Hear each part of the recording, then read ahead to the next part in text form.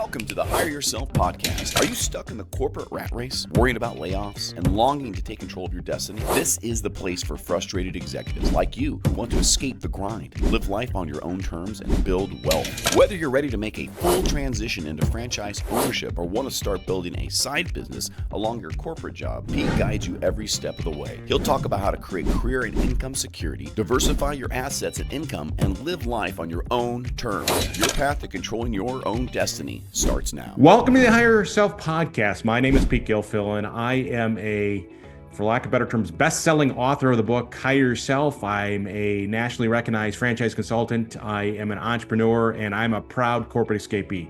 And my life is about helping people take control of their destiny, to live life on their terms, and certainly to build wealth. And so today, what I thought we'd talk about on the podcast is people always ask me the question, how come some people are successful with a franchise business and others aren't? So what we're going to do today is we're going to talk about the characteristics that are really important for you to have when you're a business owner. We're simply saying success characteristics. So one of the things as we talk about investing in a business, again, we can have the same franchise business model. Some people, they invest in a franchise and they think because you have all the systems, the processes, the procedures, that they don't have to work very hard. And there's nothing further from the truth. You have to work really hard if you are a business owner from that standpoint. You have to treat every day like it's your last day. Like you have to have that sense of urgency. It takes a lot of power and energy to get a business off the ground. It's just like when you get on that plane to go on vacation. There's cargo, there's luggage, there's all the people, and it takes a lot of power and energy to get that plane off the tarmac. And once it hits a certain altitude, I'm told they can actually pull back on the power. That's not anything different. It's a lot of hard work to get a business off the ground, and you have to have that sense of urgency. So the first characteristic is you have to have that hard work, ethic, sense of urgency will lead to one of the components to being successful. Another is that there are very smart people, accomplished people that invest in a franchise and they think they know better than the system that they invested in. When we invest in a franchise, we're investing in a system. Somebody's already figured out the systems, the process, procedures, and our job as a franchisee is to follow the system. But not everybody follows the system they invested in. And I worked with one guy that ran a division of a company. And he started out and he was terrible. He's rotten. He didn't do very well. And the franchisor called him and said, "What are you doing?" He goes, "Listen, I know business. I've run a division of a company." And they said, "Listen, we know you know business. Just follow the system." He started following the system and now he's in the top quartile of franchisees. So we always follow the system that we invest in that leads to success.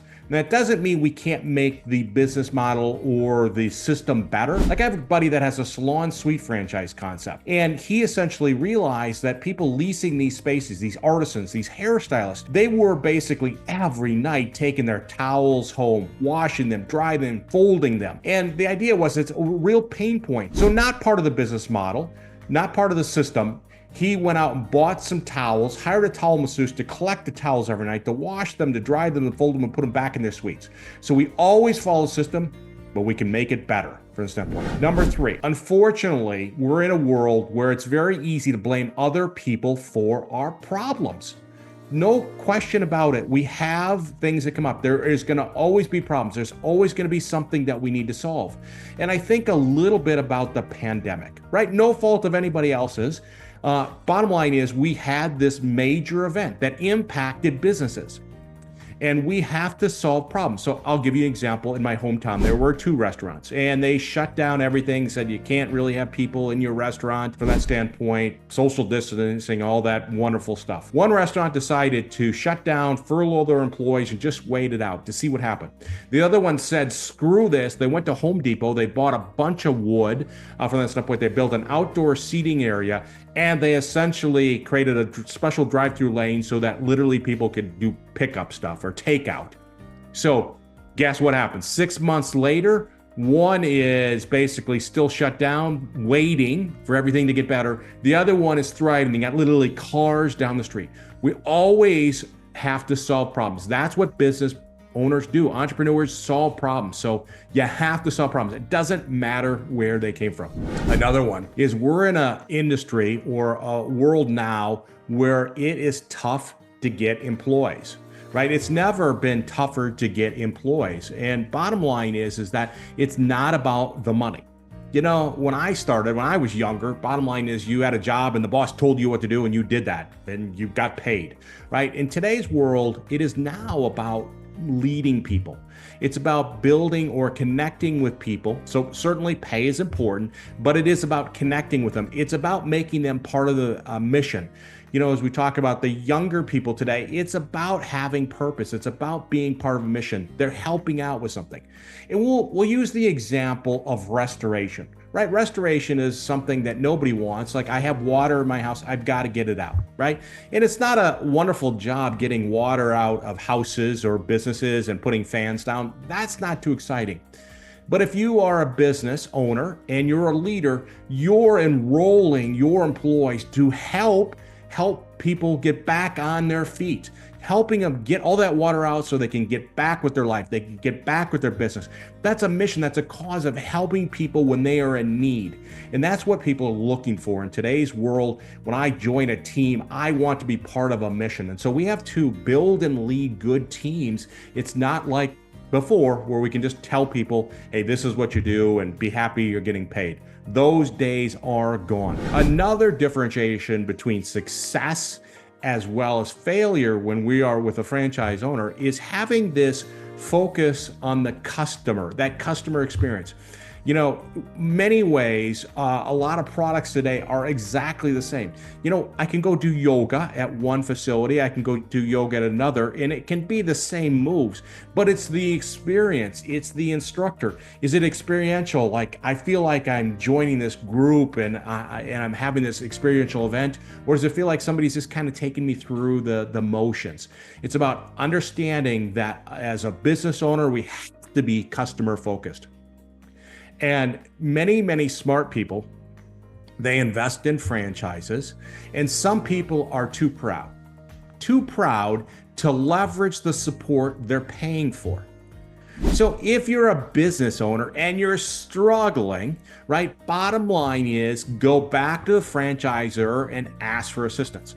So let's just say you're a flooring company and you go out there and you do estimates for homeowners and businesses, and your closing rate from estimate to job is below the franchise numbers, the system numbers. Ask for assistance, ask for help. And some people are just too proud to ask for help.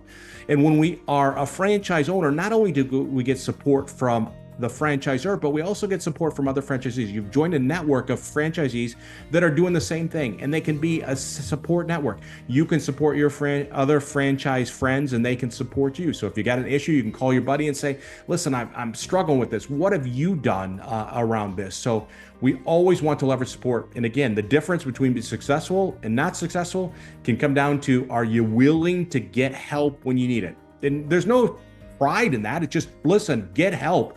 That is what successful people do, is they get help when they need it. And bottom line is, and I read this, and it's, you know, it was about this idea that you have to have a plan. If you don't have a plan, you don't know where you're going. And it was this general, they were about ready to do a battle.